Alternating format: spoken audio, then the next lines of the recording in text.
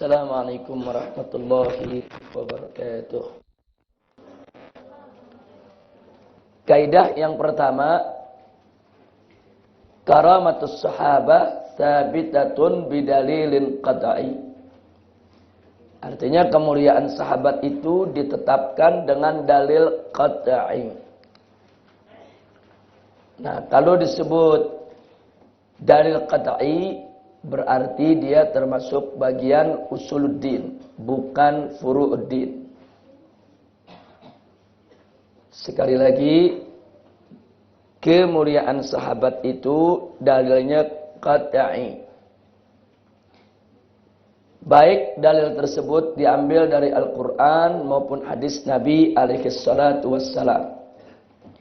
Nah, di antara ayat Al-Quran yang menunjukkan kepada kemuliaan para sahabat Nabi itu surat Al-Anfal ayat 72, surat At-Taubah ayat 100 dan 117, surat Al-Fath ayat 29. Kemudian adapun dalam hadis bisa kita dapatkan baik dalam Sahihul Bukhari dan Sahih Muslim, juga dalam kitab-kitab sunan yang lainnya. Nah, silakan perhatikan dalam 29, di situ disebutkan sumber-sumber hadisnya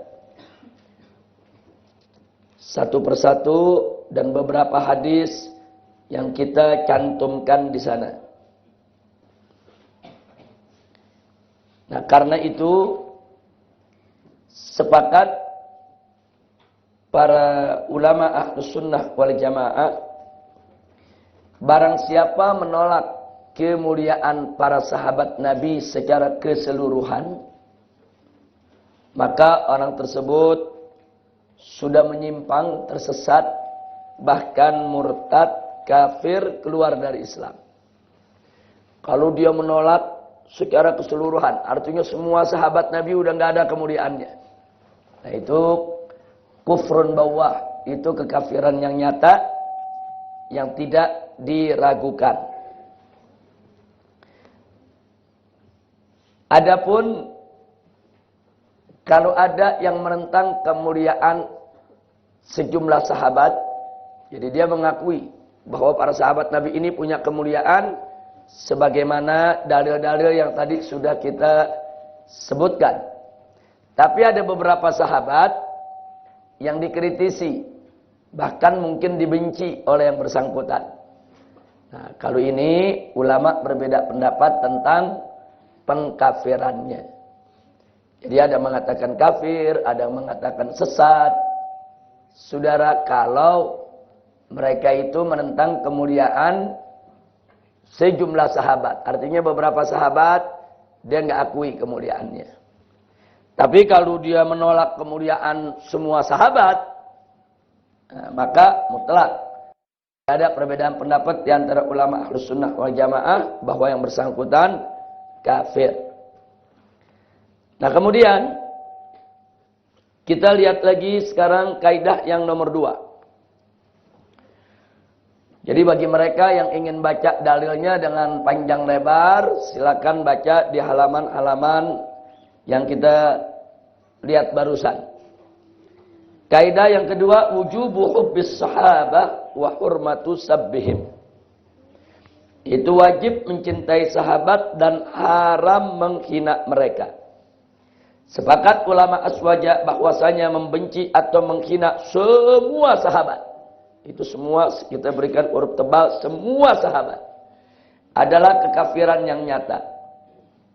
Karena secara umum Allah memuji mereka dalam Al-Quran dan Rasulullah SAW memuliakan mereka melalui hadis-hadis sahihnya. Adapun membenci atau menghina sebagian sahabat Nabi karena suatu kesalahan yang mereka lakukan adalah suatu dosa besar yang mengantarkan kepada kenifakan dan kesesatan.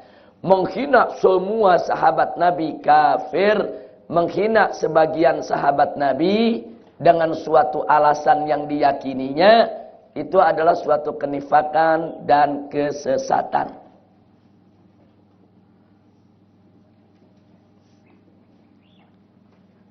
Baik, dalil daripada kaidah kedua ini bisa kita lihat firman Allah dalam surat Ali Imran ayat 110. Juga firman Allah dalam surat Al-Hasyr yaitu ayat 8 sampai 10. Ada yang menarik berkenaan dengan ayat ini.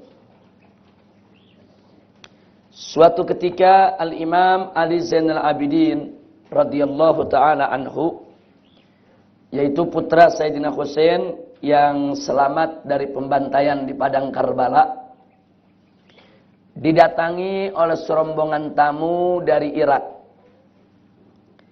Tamu-tamu ini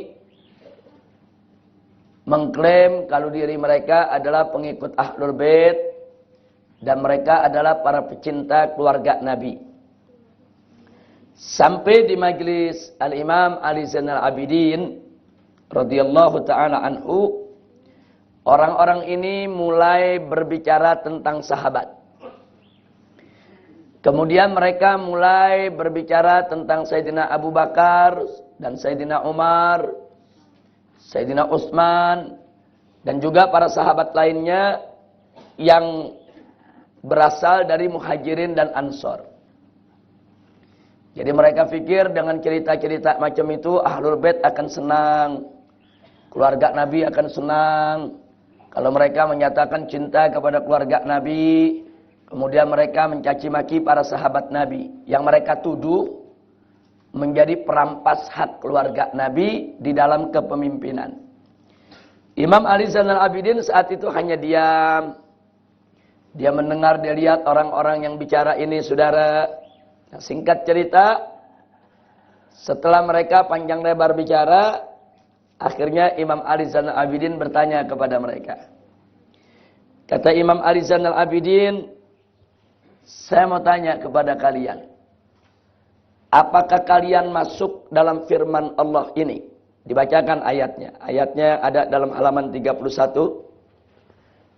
Jadi kata Imam Ali Zainal Abidin, apa kalian termasuk ayat ini? Lil fuqara'il muhajirin alladzina ukhriju min diyarihim wa amwalihim yabtaguna fadlan minallahi wa ridwana wa yansurunallaha wa rasulahu ulaika humus shadiqun. Ayat ini merupakan pujian Allah untuk muhajirin. Siapa itu muhajirin? Nah, muhajirin itu yang diusir, dikeluarkan dari negeri mereka. Kemudian bagaimana dulu penderitaan mereka pada saat mereka membela Allah dan Rasulnya, hanya mencari karunia Allah dan ridhonya. Intinya surat Al-Hasyr ayat 8 ini adalah pujian untuk muhajirin. Jadi Imam Ali Zainal Abidin tanya, apa kalian masuk ayat ini yang dipuji oleh Allah? Ulaika humus shadiqun. Mereka jawab, oh itu bukan untuk kita, itu untuk muhajirin. Itu bukan untuk kita. Bagus.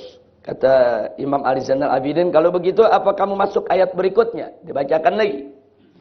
Walladzina tabawwa'ud dara wal iman min qablihim yuhibbuna man hajara ilaihim wa la yajiduna fi sudurihim hajatan mimma utu wa yu'thiruna ala anfusihim walau kana bihim khassasah.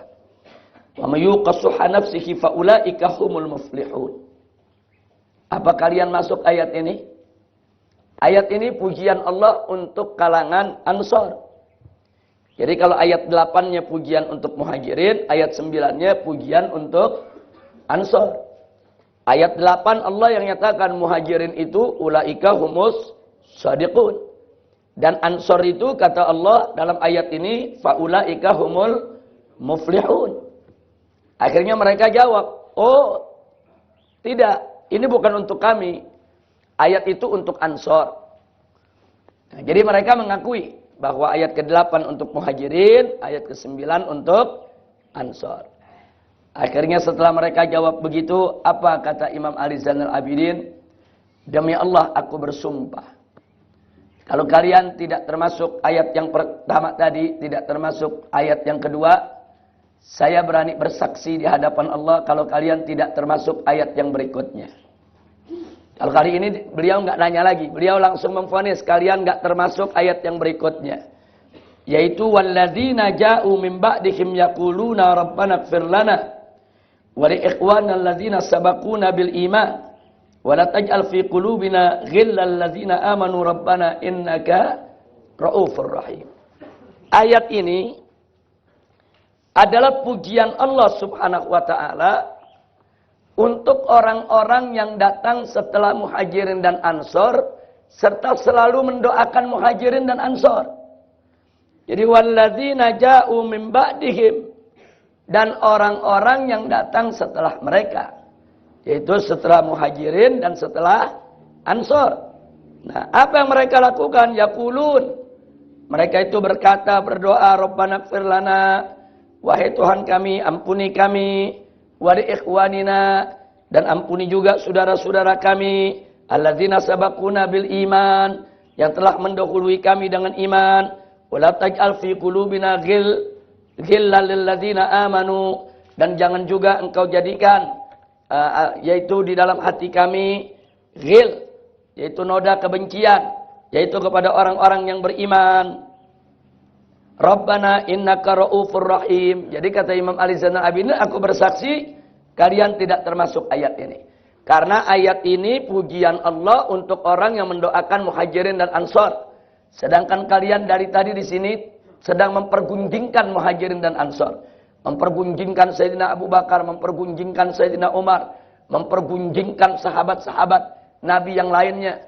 Akhirnya kata Imam Ali Zainal Abidin, kalau kalian sudah tidak termasuk ayat ini, silakan semua kalian keluar dari rumahku. Diusir, ya kawan. Jadi diusir, jangan mereka pikir Ahlul Bait itu bangga. Oh, kalau mereka menyatakan cinta kepada keluarga Nabi, cinta kepada Ahlul Bait, tapi dengan mencaci maki para sahabat Nabi. Dan ini menjadi bukti sejarah bahwa mencaci maki para sahabat Nabi bukan ajaran Ahlul Bait. Mencaci maki sahabat Nabi bukan ajaran keluarga Nabi.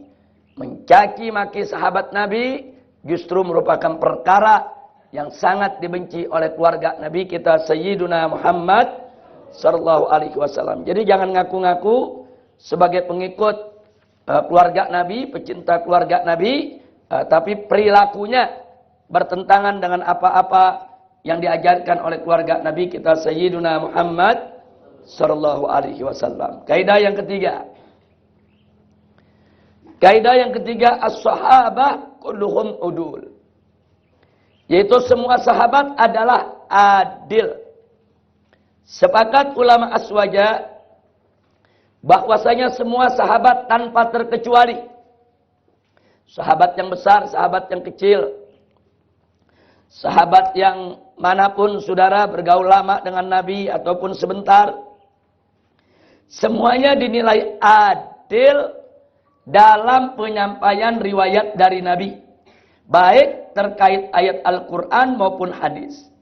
Sehingga tidak ada seorang sahabat pun yang berdusta dalam hal tersebut.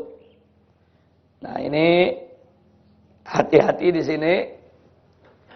Ada tuduhan dari kalangan Syiah bahwa Ahlus Sunnah ini memaksumkan sahabat. Ada tuduhan dari kalangan Syiah bahwa Ahlus Sunnah ini memaksumkan sahabat. Padahal sahabat itu tidak maksum.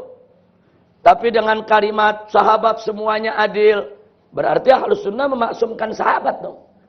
Berarti sahabat Nabi nggak ada yang punya salah dong. Berarti sahabat Nabi bagus semua dong. Berarti sahabat Nabi terpelihara dari dosa dan kesalahan. Kalau begitu semua sahabat Nabi maksum.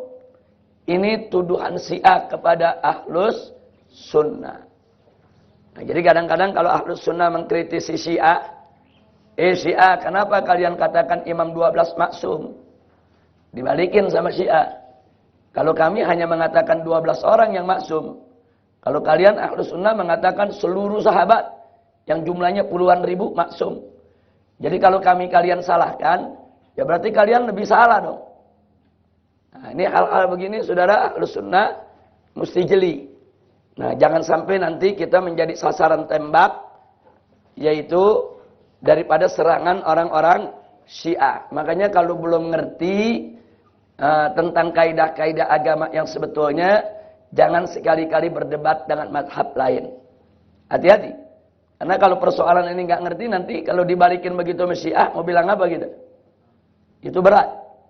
Nah, tapi kalau kita mempelajari kaidahnya, mempelajari maksudnya, saudara, melihat apa-apa yang dikatakan oleh ulama dalam soal ini, nanti kita paham maksudnya kemana. Nah, jadi sahabat dikatakan adil, bukan berarti sahabat itu maksum. Pengertian adil di sini adalah adil dalam riwayat. Jadi bukan berarti sahabat itu nggak punya dosa, nggak punya kesalahan, bukan. Sahabat itu tidak maksum. Mereka juga manusia biasa, mereka punya salah. Ada di antara mereka juga yang berbuat dosa. Mereka manusia, bashar. Saudara. Tapi dalam soal riwayat, maksudnya riwayat, menyampaikan berita yang mereka dapat dari Nabi. Apakah itu ayat Al-Quran, apakah itu hadis Nabi, tidak ada satupun sahabat yang berbohong. Sejelek-jeleknya sahabat, sejelek-jeleknya sahabat. Nah, kalau ada yang mengatakan sahabat itu ada yang jelek, saudara. Nah, kalau saya katakan sejelek-jeleknya sahabat untuk mereka, bukan untuk kita. Bagi kita sahabat nggak ada yang jelek, saudara. Bagi kita semua sahabat baik dan bagus. Nah, katakanlah menurut mereka ada sahabat yang jelek. Jawab kita, sejelek-jeleknya sahabat, tidak ada mereka yang berdusta atas nama Nabi. Jadi kalau mereka katakan ada yang berdusta, burhanakum in kuntum shadiqin. Coba tunjukkan kepada kita. Sahabat mana yang pernah berbohong atas nama Nabi? Sahabat mana yang pernah mentahrif Al-Quran? Nabi menyampaikan surat Al-Ikhlas sekian ayat, tahu ada sahabat yang nambahin ayatnya. Sahabat mana? Sahabat mana yang merubah-rubah ayat Al-Quran yang disampaikan kepada tabi'in? Enggak ada. Jadi apa yang mereka dapat ajaran Al-Quran dari Nabi, itu yang mereka ajarkan ke tabi'in. Dan apa hadis yang mereka dengar dari Nabi, itu yang mereka sampaikan ke tabi'in. Tanpa dikurangi, tanpa dilebihkan. Nah, inilah sifat sahabat. Jadi sejelek-jeleknya sahabat, enggak ada yang berbohong atas nama Nabi. Nah, ini satu mizah yang luar biasa. Nah, karena itu para ulama Ahlus Sunnah sepakat, as-sahabah kulluhum udul. Sahabat semuanya adil riwayat. Sehingga tidak perlu lagi, saudara, ada takdil maupun tajrih di tingkatan sahabat.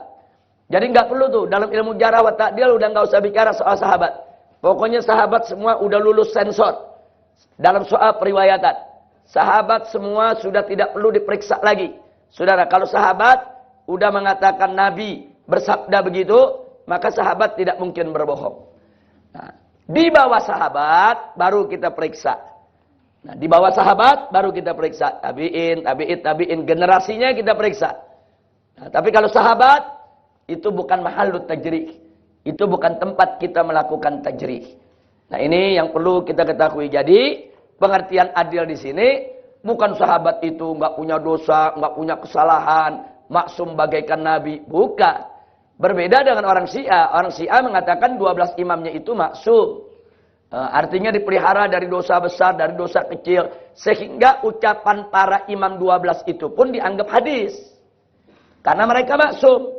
Kalau mereka maksum berarti ucapannya tidak ada yang salah. Maka itu ucapan imam 12 itu menurut Syiah masuk kategori hadis. Nah, sedangkan di dalam Ahlus Sunnah wal Jamaah yang maksum itu hanya para nabi dan para rasul. Selain itu tidak maksum. Nah, jadi sampai di sini kalau ada serangan-serangan Syiah tentang persoalan kemaksuman sahabat, saudara, kita bisa menjawab dengan mudah bahwa kaidah ini tidak menunjukkan yaitu bahwa sahabat itu maksum, terpelihara dari dosa besar maupun dosa kecil. Akan tetapi saudara, yang dimaksud dengan semua sahabat itu adil dalam riwayat, jujur dalam penyampaian, tidak berdusta di dalam menyampaikan apa yang mereka dapatkan dari Nabi Muhammad Sallallahu Alaihi Wasallam. Nah, di situ kita lihat beberapa dalil ayat Al-Quran maupun hadis Nabi. Nah, untuk mempertegas apa yang kita sampaikan barusan, mari lihat jawaban Imam Abu Zur'ah dalam persoalan menangkal serangan tadi, saudara. Imam Abu Zur'ah rahimahullah mengatakan, "Idza ra'aitar rajula yantaqisu ahadan min ashabi Rasulillah sallallahu alaihi wasallam fa'lam annahu zindi. Wa dzalika anna ar-rasula indana haqqun wal Qur'anu haqq. Wa innama adda ilaina hadzal Qur'an was sunan ashabu Rasulillah sallallahu alaihi wasallam. Wa innama yuridun an yujarrihu suhudana liyatlubul kitaba was sunnah wal jar'u aula bihim wa hum zanadiqah." Luar biasa ucapan Imam Abu Zur'ah di sini, saudara. Beliau katakan, jika kau melihat seseorang merendahkan seseorang dari sahabat Nabi, siapapun dari sahabat Nabi yang direndahkan, maka ketahuilah bahwa orang ini, kenapa disebut zindik? Karena saudara perlu kita ingat bahwa Rasulullah Shallallahu Alaihi Wasallam bagi kita semua adalah hak. Al-Quran juga hak. Artinya Rasulullah itu benar, Al-Quran itu benar, dan yang menyampaikan Al-Quran dan Sunnah Nabi kepada kita adalah sahabat. Jadi sesungguhnya mereka kaum zindik, manakala merendahkan para sahabat Nabi, sebetulnya mereka ingin mencacatkan saksi-saksi kita, saudara. Jadi yang menjadi saksi bagi kita tentang kebenaran Al-Quran, tentang kebenaran hadis Nabi itu para sahabat.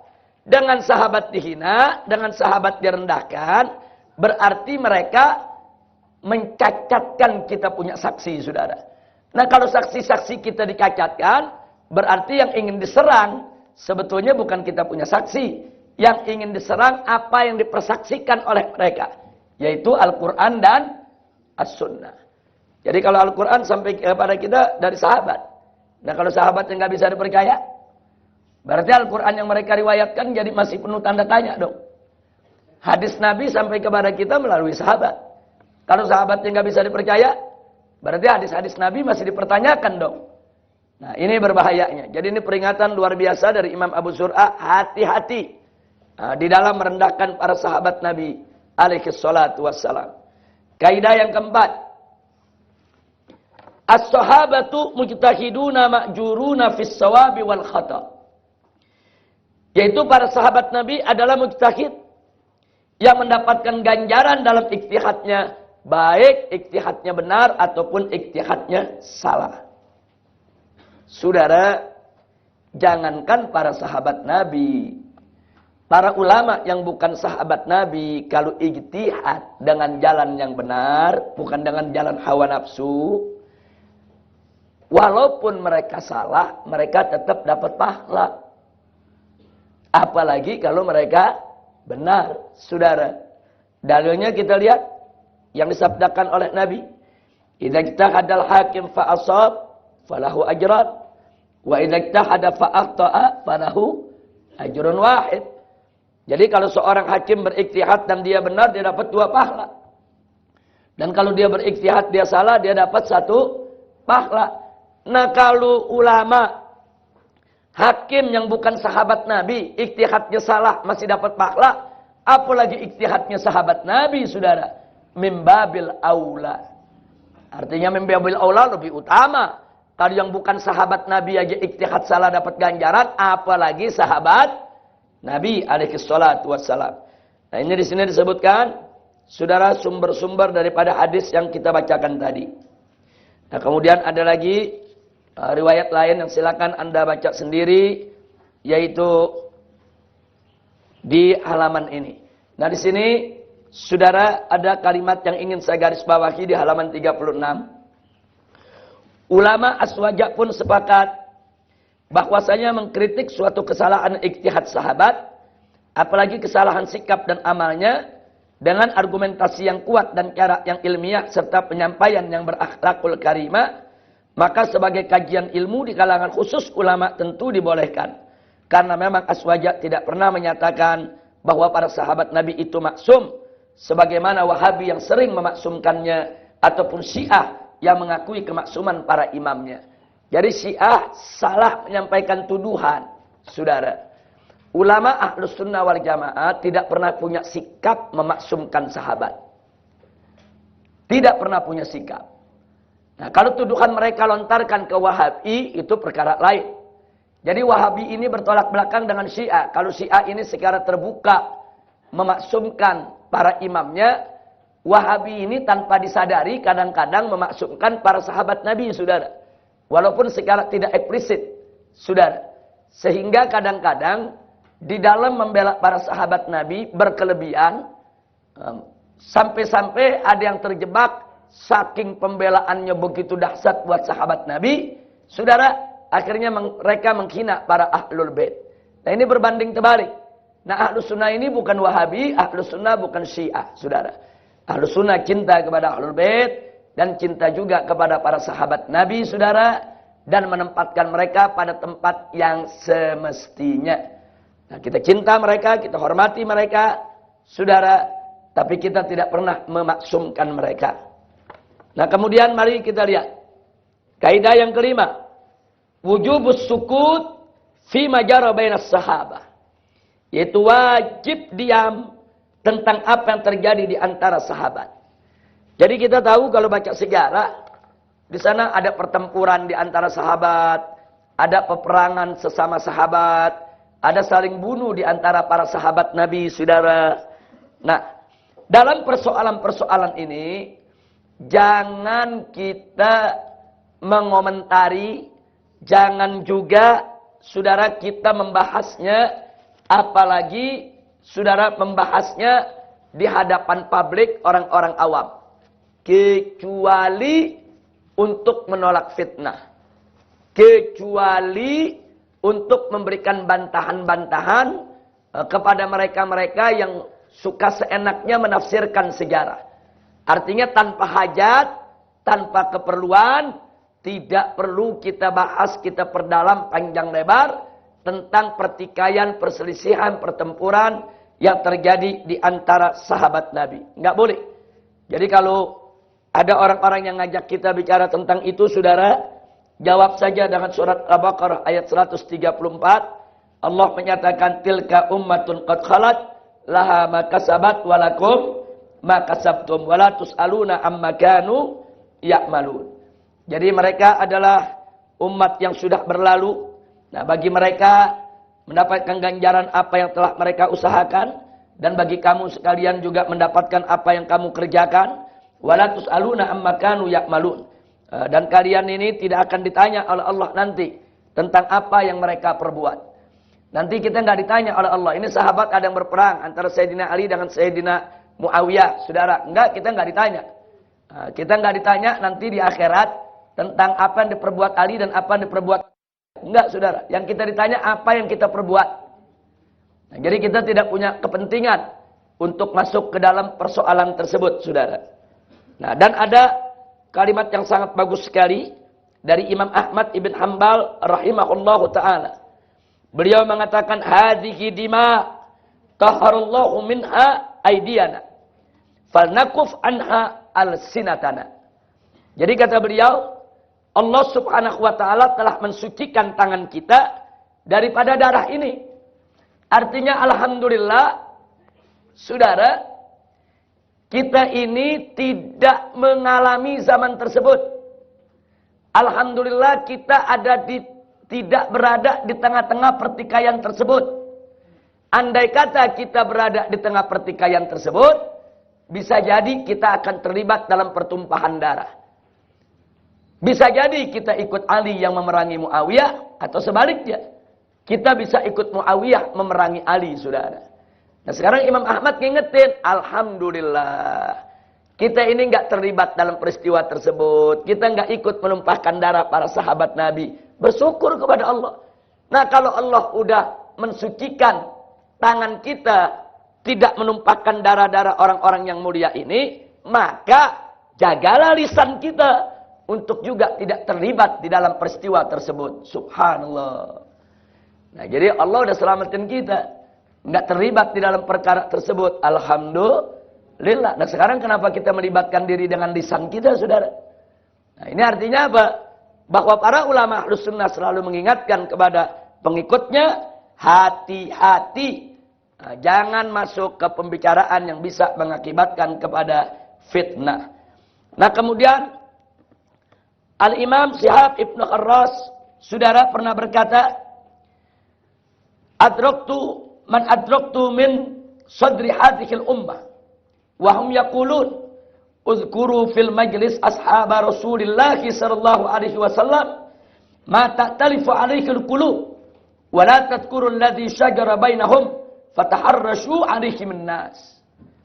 Jadi beliau berpesan, kata beliau, aku ini menjumpai kalangan pemula dari umat Islam ini. Jadi beliau mengatakan, aku bertemu dengan ulama-ulama salaf dan mereka berpesan, sebutkanlah, ceritakanlah di majelis tentang para sahabat Nabi yang bisa membuat hati bersatu. Ceritakan tentang sahabat Nabi yang kita ini bisa bersatu, yang hati kita jadi sejuk, saudara. Nah, yang menyatukan hati kita semua. Jangan sekali-kali kamu menyebutkan atau menceritakan tentang perselisihan yang terjadi di antara mereka, sehingga membuat orang-orang menjadi ribut satu sama lainnya, saudara. Nah, jadi jelas sekali sikap Ahlus Sunnah, saudara, jangan kita menceritakan tentang kejadian-kejadian perselisihan yang terjadi di antara sahabat, kecuali lid-darurah, kecuali untuk keperluan yang sangat darurat. Contoh darurat. Ada satu peristiwa perselisihan yang terjadi antara Sayyidina Abu Bakar Siddiq radhiyallahu taala anhu dengan Sayyidatuna Fatimah binti Rasulullah sallallahu alaihi wasallam. Jadi Sayyidah Fatimah radhiyallahu taala anha berselisih dengan Sayyidina Abu Bakar Siddiq radhiyallahu anhu tentang suatu lahan. Lahan di daerah Fadak, saudara. Menurut Siti Fatimah, itu tanah milik Nabi, setelah Nabi wafat harus jadi warisan. Tapi menurut Sayyidina Abu Bakar, beliau mendengar Nabi bersabda bahwa para Nabi itu tidak meninggalkan warisan berupa harta. Jadi Sayyidina Abu Bakar itu dengar dengan telinganya sendiri. Nah, sehingga Sayyidina Abu Bakar melihat bahwa itu nggak boleh dijadikan warisan. Nah, akhirnya terjadi perselisihan, saudara. Masing-masing berpedoman kepada dalil. Sayyidah Fatimah mengatakan, bagaimana bisa anak tidak dapat warisan dari orang tua? Allah berfirman dalam Al-Quran, yusikumullah fi auladikum. Allah berwasiat, yaitu kepada kamu sekalian tentang anak-anakmu. Itu ayat waris itu. Anak mesti dapat warisan dari orang tua. Ini ayat dinar atau dirham, uang atau harta. Enggak. Jadi masing-masing ini berpedoman kepada dalil, bukan pakai hawa nafsu. Bukan, saudara. Nah, peristiwa ini, saudara, dikorek-korek oleh sekelompok orang. Akhirnya ada kelompok Syiah Rafidhah, saudara, yang ngorek-ngorek peristiwa tersebut. Mereka membela Siti Fatimah dan mencaci maki habis Sayyidina Abu Bakar. Jadi mereka bilang Sayyidina Abu Bakar tidak tahu diri, menyakiti hati Fatimah Zahra. Apa Sayyidina Abu Bakar itu nggak tahu hadis? Nabi mengatakan bahwa Fatimah bid'atum minni. Fatimah bagian daripada diriku. Siapa menyakiti Fatimah berarti menyakiti aku. Terus mereka katakan kalau gitu Sayyidina Abu Bakar menyakiti Fatimah berarti menyakiti Rasulullah. Dan siapa yang menyakiti Rasulullah mereka akan masuk neraka jahanam. Berarti yang namanya Abu Bakar pasti akan masuk neraka jahanam. Akhirnya mereka menafsirkan sepihak, mereka bela Siti Fatimah, mereka caci maki Sayyidina Abu Bakar. Nah, kemudian ada lagi kelompok lain, yaitu kelompok Nawasib. Nah, ini termasuk saudara kelompok-kelompok Wahabi yang ekstrim ini, saudara. Nah, mereka ikut Nawasib. Begitu mereka mempelajari peristiwa tersebut, mereka rame-rame bela mati-matian Sayyidina Abu Bakar. Tujuan mereka membela Sayyidina Abu Bakar dari serangan Syiah Rafidhah. Tapi akhirnya mereka kebablasan. Mereka salahin Siti Fatimah. Apa mereka bilang? Siti Fatimah nggak tahu diri. Nggak mau tunduk kepada khalifah. Kan ayat Quran udah mengatakan. Ati'ullah wa ati'ur rasul wa ulil amri minkum. Abu Bakar ulil amri. Nah, berarti Siti Fatimah itu menentang ayat Allah. Menentang ayat Al-Quran. Bahkan mereka samakan Siti Fatimah itu seperti orang munafik. Nggak main-main. Ini yang menyatakan semacam ini. Ibn Taimiyah dalam kitabnya, saudara. Ibn Taimiyah bukan sembarang orang. Saking semangatnya bela Sayyidina Abu Bakar, lupa, kebablasan. Dia salahkan Siti Fatimah, bahkan Siti Fatimah disamakan dengan orang munafik, saudara. Ini fakta. Jadi ada kelompok Rafidhah, saudara, yang mencaci maki sahabat dengan dalih membela keluarga Nabi. Ada kelompok Nawasib, Nasibah, yang mencaci maki keluarga Nabi dengan dalih membela sahabat, saudara. Nah, bagaimana sikap Ahlus Sunnah? Ahlus Sunnah sejak dulu tutup mulut. Nggak usah dibicarakan persoalan macam ini. Supaya kita tidak terjebak dalam pemikiran menyalahkan Sayyidina Abu Bakar atau menyalahkan Siti Fatimah. Nah, selama ini, saudara, di awal-awal dulu, Ahlus Sunnah diam. Tapi ternyata, saudara, kelompok Rafidhah menyebarluaskan pendapatnya kemana-mana. Kelompok Nawasib juga menyebarluaskan pendapatnya kemana-mana. Nah, selama ini, para Ahlus Sunnah pun masih banyak yang diam. Kenapa diam? Ya, mereka menyebarkannya dalam buku-buku yang tebal yang orang awam nggak baca, saudara. Masih dimaklumilah itu sebagai kajian. Tapi sekarang di zaman ini, saudara, dengan adanya medsos, adanya WA, Twitter, saudara, kemudian adanya fanpage, ada website, saudara, semua ikut berkomentar. Jadi yang Rafidhah memasukkan tafsir sejarahnya di website, yang Nasibah ini, yang Wahabi, juga memasukkan penafsiran sejarahnya di website. Akhirnya rame orang-orang awam ikut menyatakan pendapat. Caci maki satu sama lainnya. Yang bela Sayyidina Abu Bakar, caci maki Fatimatul Zahra. Yang bela Fatimatul Zahra, caci maki Sayyidina Abu Bakar. Nah, saya mau tanya, kalau begitu jadi fitnah tidak? Nah, pada saat telah menjadi fitnah semacam ini, saudara, maka ulama Ahlus Sunnah wajib untuk meluruskan penafsiran. Jadi nggak boleh kalau sesuatu yang sudah jadi fitnah, nggak boleh kita diam, saudara. Kalau kita diam berbahaya. Nah, nanti masyarakat yang dibawa pikir, saudara, bahwa masing-masing pihak ini sudah mewakili pendapat ulama kaum muslimin. Dalam kondisi semacam itu, wajib ulama Ahlus Sunnah memberikan jawaban sebagai penafsiran Ahlus Sunnah wal Jamaah terhadap peristiwa tersebut, saudara. Nah, bagaimana Ahlus Sunnah menjawab, saudara, baik serangan Syiah Rafidhah maupun Wahabi ekstrem yang Nawasib, saudara? Ahlus Sunnah mengatakan bahwa Abu Bakar Siddiq radhiyallahu taala anhu adalah sahabat Nabi, adalah mertua Nabi, dan orang yang kesetiaannya kepada Nabi alaihi salatu wasalam tidak diragukan. Begitu juga Sayyidatuna Fatimah adalah putri Nabi, kesayangan Nabi, jantung hati Nabi. Yang cinta Nabi kepada Siti Fatimah juga tidak diragukan, saudara. Dan Siti Fatimah, saudara, juga bukan sembarang perempuan, tapi Sayyidatun Nisa'il Alamin, yaitu pemimpinnya para wanita, saudara, di semesta alam. Ya, Sayyidina Abu Bakar juga bukan sembarang orang. Afdhalus sahabah, sahabat Nabi yang terbaik. Abu Bakar bukan sembarang orang. Dia merupakan khalifatul Rasulullah, khalifahnya Rasulullah. Jadi kedua manusia ini adalah manusia istimewa yang masing-masing punya kedudukan mulia di sisi Allah maupun Rasulnya. Nah, lalu bagaimana menyangkut perselisihan mereka? Siti Fatimah tidak salah. Kenapa tidak salah? Karena Siti Fatimah menuntut yaitu tanah Fadak yang ditinggalkan oleh Nabi dengan dalil, bukan dengan hawa nafsu. Beliau mempertanyakan, ini tanah ayahku, seorang anak mestinya dapat warisan dari ayah.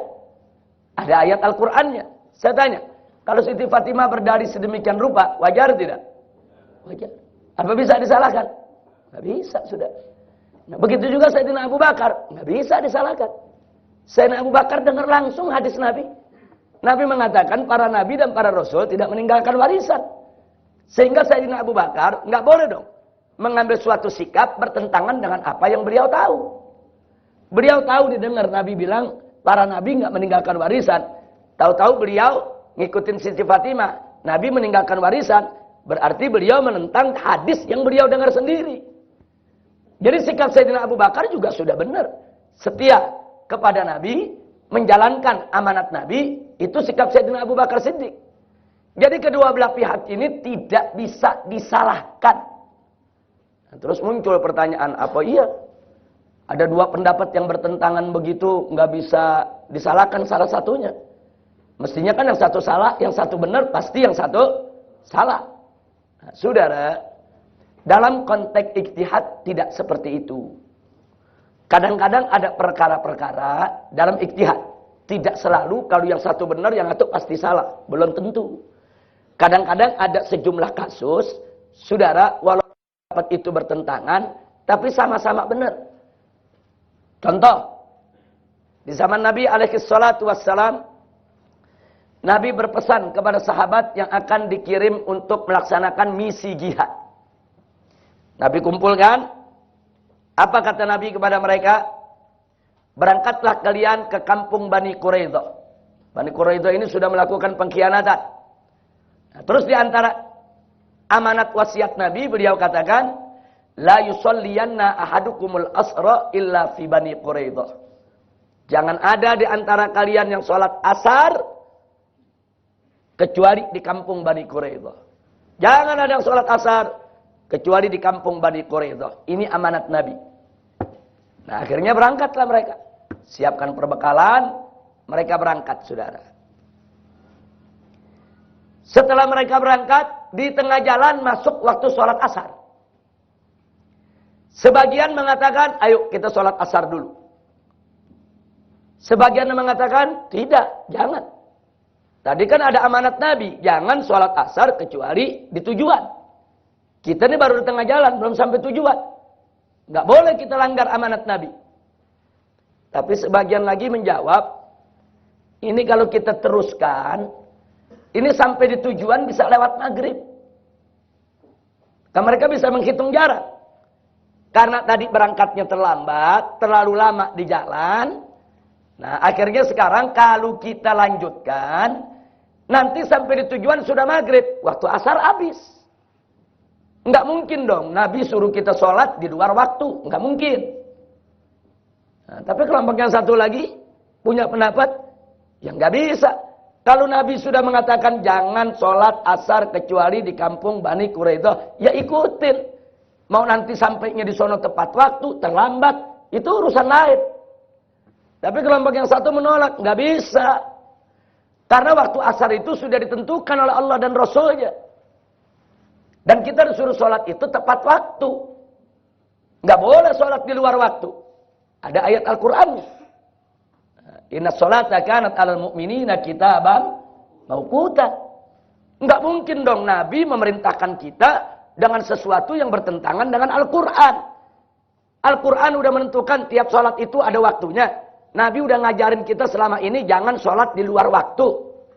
Nah, jadi kalau Nabi mengatakan jangan ada di antara kalian sholat asar kecuali di tujuan di kampung Bani Quraidah, maksud Nabi al-hadsu alal isra.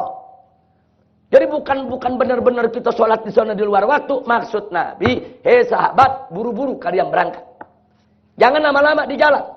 Bagaimana caranya sebelum waktu asar habis atau saat waktu asar, kalian udah sampai di sana. Bisa sholat asar di sana. Jadi yang disuruh oleh Nabi bukan sholat asarnya. Yang disuruh oleh Nabi buru-burunya, segera, jangan lambat di jalan. Soal sholat asar tetap harus pada waktunya. Nah, saya mau tanya, ini para sahabat Nabi sepakat atau berbeda? Nah, akhirnya apa? Jalan tengahnya, ya sudah. Kalau begitu bagi mereka yang meyakini harus sholat sekarang, silakan sholat. Sholat mereka. Yang sebagian nggak sholat sudah. Yang sebagian bilang enggak, nanti kita sholat di tujuan, amanat Nabi. Akhirnya sholat sebagian. Selesai sholat, berangkat lagi saudara. Ternyata betul, sampai di tujuan udah lewat maghrib. Yang tadi belum sholat asar, baru dia sholat asar, sudah lewat waktu, saudara. Nah, saat itu kan Nabi nggak ikut. Mereka masing-masing berpedoman kepada dalil yang mereka yakini. Kepada paham yang mereka ikuti. Nah, akhirnya selesai peristiwa Bani Quraidah, misi jihadnya tuntas, mereka kembali ke Madinah, dan akhirnya mereka kumpul semua di hadapan Nabi. Dan mereka bertanya kepada Nabi, ya Rasulullah, laqad ikhtalafna fi amrik. Ya Rasulullah, kami telah berbeda pendapat terkait perintahmu. Dan mereka cerita. Sebagian kami sholat asar di tengah jalan pada waktunya, sebagian kami sholat asar di tujuan sudah lewat waktu. Nabi bertanya yang kepada sholat di jalan, kenapa kamu sholat di jalan bukan sholat di tujuan? Mereka jawab, kalau kami sholat di tujuan akan lewat waktu ya Rasulullah. Sedangkan kami memahami nggak mungkin kau perintahkan kami sholat di luar waktu. Kami pahami perintahmu agar kami buru-buru segera. Tapi karena sudah tidak ada waktu, tidak mencukupi, ya kami sholat di jalan. Sebagaimana engkau ajarkan selama ini kepada kami agar sholat jangan di luar waktu. Nabi diam sudah. Enggak, Nabi enggak salahin. Nah, kemudian Nabi tanya kepada yang satu, lalu kenapa kalian sholat asar kok udah luar waktu, udah lewat waktu? Mereka jawab, ya Rasulullah, kami memahami perintahmu apa adanya. Ya kau yang mengatakan jangan sholat asar kecuali di kampung Quraidah. Ya kami nggak berani sholat asar di jalanan. Kalau kami lakukan berarti nanti kami menentang perintahmu. Kalau kami menentang perintahmu berarti kami menentang Allah. Kalau kami menentang Allah, kami masuk neraka jahanam. Karena itu kami taati apa yang perintahkan kepada kami. Kalau kami taat kepada engkau berarti taat kepada Allah. Adapun soal sholat harus di waktunya selama ini bagaimana kau ajarkan kepada kami. Tentu itu kami amalkan. Tapi khusus dalam soal ini ada pengecualian kalau kau yang memberikan amanat. Nabi nggak salahin saudara. Yang ini nggak disalahin, Nabi yang ini nggak disalahin. Dalam hadis dikatakan fa'aqarrahu Nabi sallallahu alaihi wasallam. Nabi membenarkan saudara kedua pendapat. Subhanallah. Saya tanya, ini dua pendapat sama atau beda? Beda. Beda saudara, beda dalam teori dan beda dalam praktek. Ini bukan khilaf lafzi saudara, ini khilaf hakiki. Beda dalam teorinya dan beda dalam prakteknya.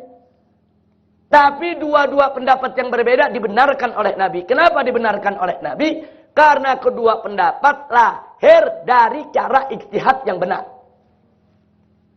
Dari cara ijtihad yang benar. Bukan karena hawa nafsu. Bukan. Yang ini punya dalil. Yang ini punya dalil. Nah sekarang kembali kepada persoalan Sayyidina Abu Bakar dan Sayyidatuna Fatimah. Radhiyallahu anhumah. Saya tanya, Sayyidina Abu Bakar tadi berpendapat ada dalil tidak? Siti Fatimah berpendapat ada dalil tidak? Kenapa kita tidak bersikap sebagaimana diajarkan oleh Nabi? Begitu menghadapi dua kelompok sahabat yang berbeda, ini punya dalil, Nabi hormati kedua pendapat. Nabi udah kasih pelajaran buat kita. Oh ini pendapat Sayyidina Abu Bakar. Sayyidina Abu Bakar orang pintar, orang alim, saudara. Sayyidina Abu Bakar mengerti Al-Quran, mengerti hadis, hargai. Ini ijtihad Sayyidina Abu Bakar. Jangan kita sok lebih pintar dari Abu Bakar. Mau nyala-nyalain. Oh ijtihad Sayyidina Abu Bakar salah. Apa kita lebih pintar dari Sayyidina Abu Bakar? Nah, kemudian begitu juga Sayyidah Fatimah. Jangan sembarangan saudara. Ini putri Nabi.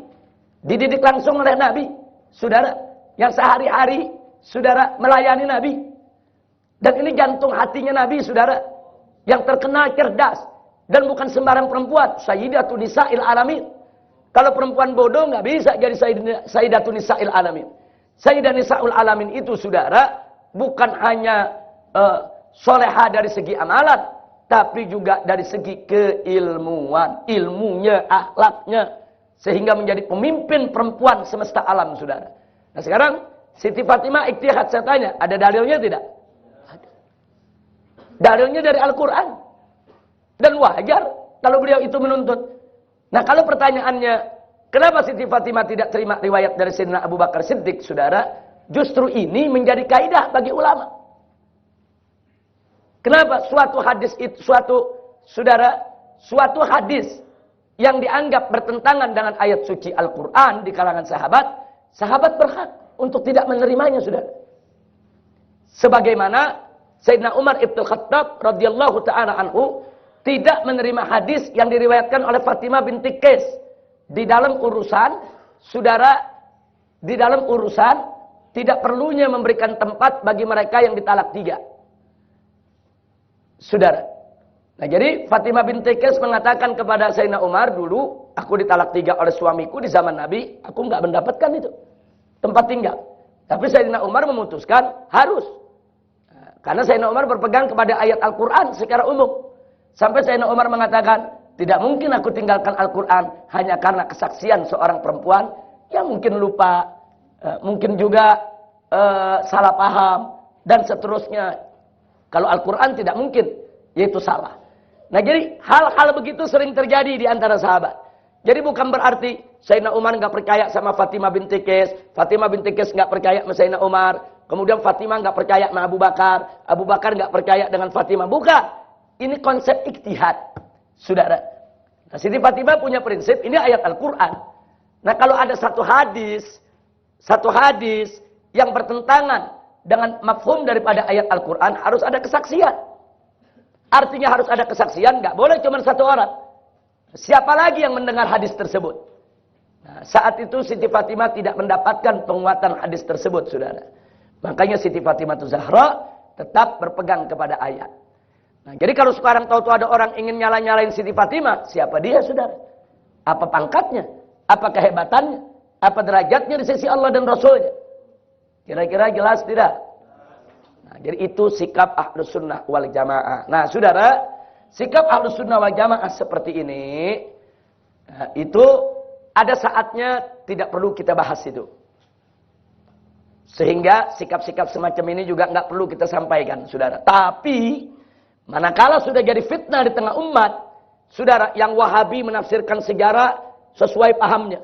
Yang Syiah menafsirkan sejarah sesuai pahamnya. Bahaya kalau kita biarkan. Nanti yang Wahabi, saudara, menafsirkan sejarah, apalagi perselisihan sahabat. Saudara, membela sahabat, menghina keluarga Nabi. Sementara sebaliknya, saudara, nanti kelompok Rafidhah Syiah menafsirkan sejarah, membela keluarga Nabi, mencaci maki sahabat. Maka itu harus ada tafsir jalan tengah. Harus ada wasatan, ada di tengah. Yaitulah tafsir sejarah yang ditawarkan oleh Ahlus Sunnah wal Jamaah. Nah, seperti peristiwa Karbala umpamanya, saudara.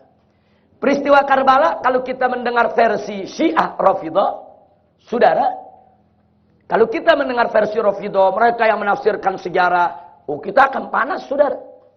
Artinya begini, kita akan bela keluarga Nabi habis-habisan. Akhirnya apa?